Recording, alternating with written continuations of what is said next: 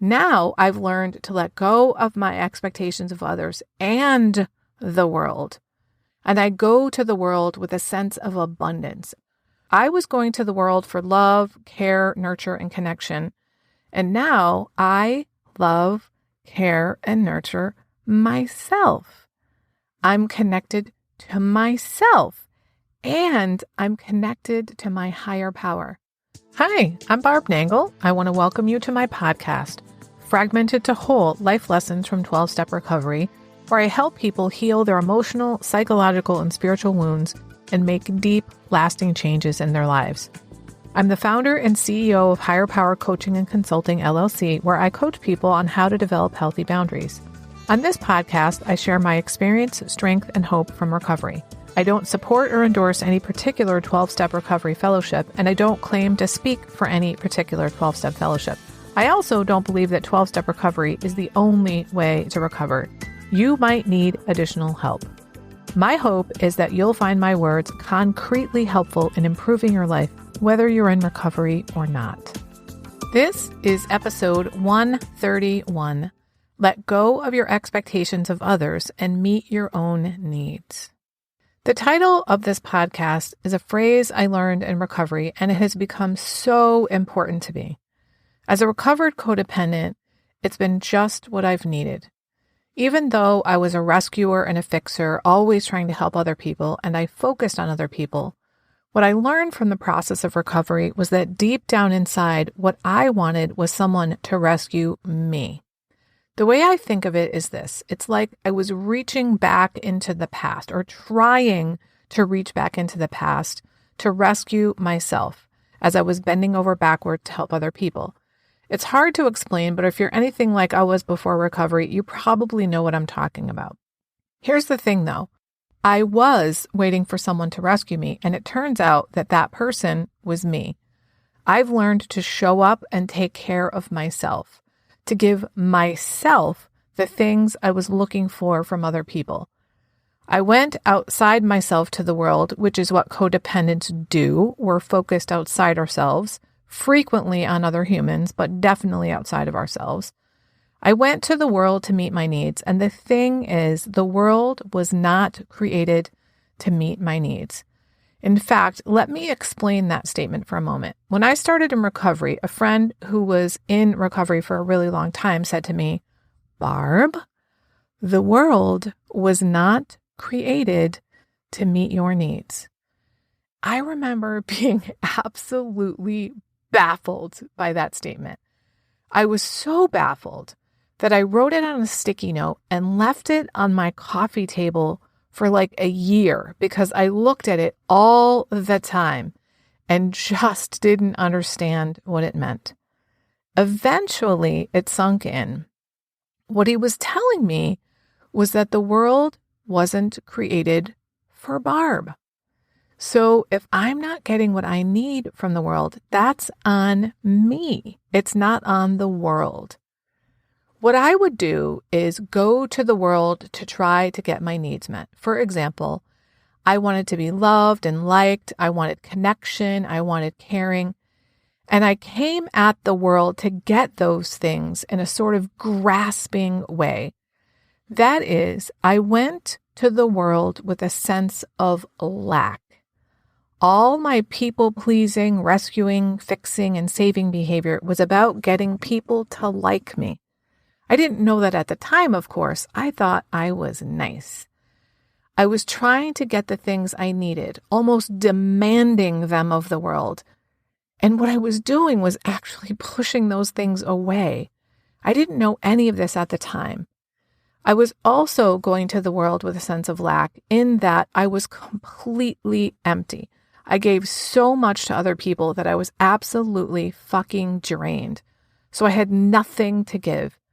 That means I went to the world with a sense of lack in two ways. One, I was grasping for things I needed, like gimme, gimme, gimme. And two, I was empty. Now I've learned to let go of my expectations of others and the world. And I go to the world with a sense of abundance. And what I mean by that is a couple of different things. First, I was going to the world for love, care, nurture, and connection. And now I love, care, and nurture myself. I'm connected to myself, and I'm connected to my higher power. So I don't need other people's love in the way that I used to. Of course, I want other people's love, but I'm not grasping for it the way that I was before. Now that I actually like myself and love myself, that means if you like me, it's a huge bonus, but it's not a requirement the way that it used to be. So that's one way I go to the world with a sense of abundance.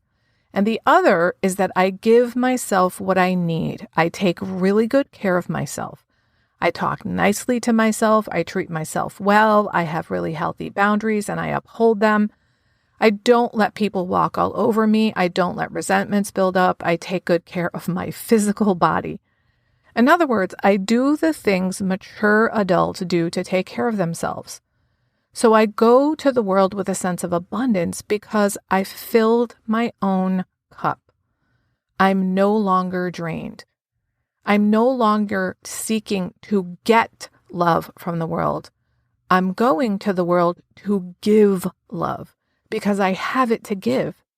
I have it to give because I love myself and I treat myself in loving ways, and I'm connected to my higher power, which is love. I choose to call my higher power God, and God is the source of all love. So I'm connected to that. I can tap into that at any time. So I don't go to the world to get anymore. So it's much easier for me to let go of my expectations of others and meet my own needs. Now, I'm going to give you an example of how this letting go of expectations of others and meeting my own needs has played out. But I also want to tell you how I've made use of this saying in my life. I actually write it in my journal. And what I do is I'll flip ahead about 5 or 6 pages and I'll write it across the top of the page so that when I get to that page in my journal, there's no way I can miss it. And when I see it, I think to myself, was there a situation today where I needed to let go of my expectations of others and meet my own needs? And here's a really cool thing. I've learned I can actually let go of expectations after the fact, and it matters. Now, it's gotten much less frequent over the years that the answer is yes when I ask that, but it's still really helpful to me to ask that on a regular basis. Now, here's a concrete example of what I'm talking about. One day, I put on one of my absolute favorite blouses, and my sweetheart was here. Now, he is a very complimentary person, and he's a retired commercial photographer, so he's very visual, and he constantly compliments me. He notices things like makeup, earrings, nails, clothes, the colors I'm wearing. So I've gotten pretty used to him giving me compliments. Well, this particular day, I went downstairs, and when he saw me, he didn't say anything about my fabulous blouse. He wasn't having a very good morning and wasn't feeling like himself. And as soon as I realized, I was expecting him to compliment me, it was like, okay, good to know. And I know that in the past, I would have been pissed off at my partner. And of course, I never would have said anything because I didn't do direct communication back then. And I would have made him pay for that, at least emotionally.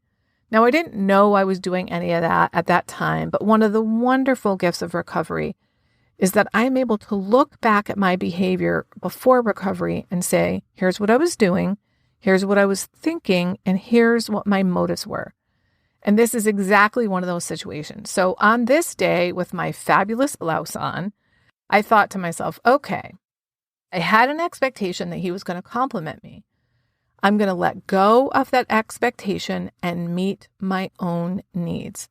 So what I did was go upstairs and stand in front of the full-length mirror and tell myself, you look really nice today, Barb. So, my friend, I encourage you to let go of your expectations of others and meet your own needs. I was recently reminded by a friend that when I first started recovery, I didn't feel lovable. I almost can't believe that I used to feel that way. and that I kind of forgot something so profound because I truly love myself now. And I want that for everybody. If you don't love yourself, there's literally nothing that can make up for that. I created something exclusively for my private clients since many of them don't love themselves. And I've now opened up my private vault to share it with up to 10 people individually. It's called the Self-Love Sprint. You'll grow to love yourself and truly feel worthy so you can stop saying yes when you really want to say no, stop neglecting yourself and putting everyone else first, stop saying all kinds of nasty shit to yourself. That is not what people who love themselves and feel deserving do. You'll stop being afraid that others will think that you're selfish for taking time to care for yourself. This is also for you if you don't really know who you are because you've always been such a fucking chameleon. Go to higherpowercc.com/love sprint. Remember, I'm only offering 10 of these, so don't wait. If you like this podcast, and I'm guessing you did or you wouldn't still be listening, then you're gonna love the other things I have to offer. If you'd love pre-release podcast scripts and episodes before anyone else gets them, or if you'd love access to content from my private vault that I developed exclusively for my private clients, which is like having a work session with me without me actually being there, go to patreon.com/higherpowercoaching. There are 3 tiers ranging from as low as $4 up to $24 a month. You'll also love my weekly newsletter, Friday Fragments, which has content very similar to the podcast. You can check it out at fridayfragments.news. That's fridayfragments.news. Please like and subscribe to my podcast on your favorite podcast outlet. I'd also love it if you'd leave a review, which you can do either in the show notes or on Apple Podcasts. It really helps other people find my podcast so they can get the benefits you've gotten from listening. If someone came to mind when you listen to this particular episode, please share it with them. And my favorite place to hang out on social media is Instagram. I'm at Higher Power Coaching. Please DM me there. I'd love to hear what you got from this episode. I run group and private coaching programs on building healthy boundaries. Whether you need help with boundaries in your personal, professional, or romantic life, I can help. Head on over to barbchat.net, where you can hop onto my calendar for a free 30-minute Better Boundaries consultation. My ideal client is someone who is ripe for change. If that's you, I would love to work with you. My goal with all my work is to help you make lasting changes in your life like I've made deep, lasting changes in my life. Remember, it's never too late to recover.